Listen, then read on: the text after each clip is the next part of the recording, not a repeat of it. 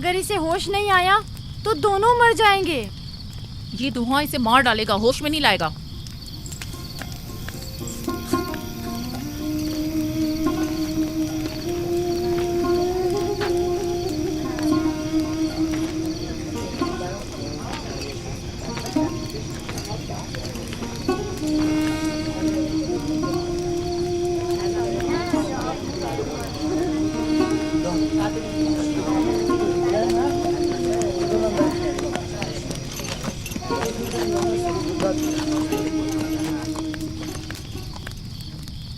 کچھ پتہ چلا؟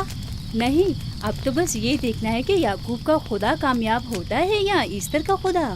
وہ تو ظاہر ہے کامیابی یقیناً اشتار ہی کی ہوگی.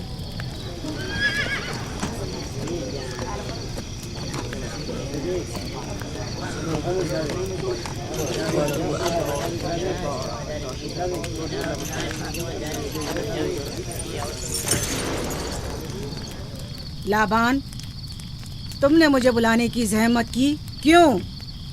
یعقوب کا تو کہنا تھا کہ وہ ایک قدرت مند اور بے مثال خدا رکھتا ہے، تو پھر اس سے مدد کیوں نہیں مانگتا؟ راحیل کی جان اب تمہارے ہاتھ میں ہے، اس کی مدد کرو. مجھے بالکل اندازہ نہیں تھا کہ اتنی جلدی یعقوب ایشتار کے سامنے دست سوال دراز کرے گا. کیسی فضول سوچ اور خیال باطل ہے.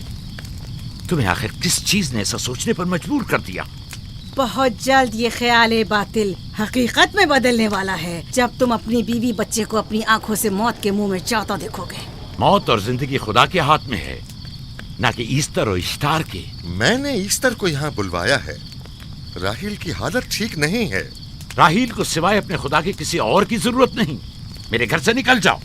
جاؤ. رک جاؤ یعقوب، میں تم سے مخاطب ہوں.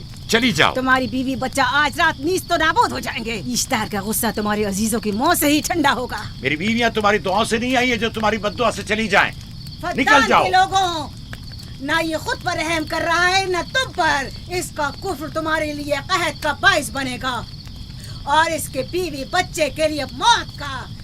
جلد ہی تم لوگوں کو ایسٹر کے جادو اور ایشتار کی قدرت دونوں کا اندازہ ہو جائے گا. تمہاری خیر نہیں. اگر میری بیٹی پر کوئی مصیبت ٹوٹی تو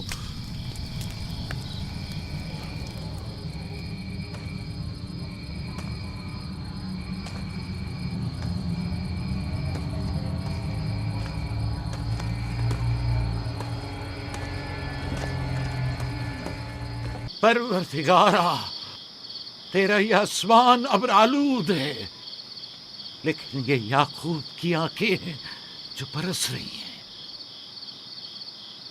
راحیل 11 سالوں سے اس بچے کی منتظر ہے. 11 سال ہو گئے اسے فدان کی عورتوں کے تانے سنتے سنتے. اسے کتنا برا بھلا کہا گیا، بانجھ کہا گیا اور بے ثمر کہا گیا.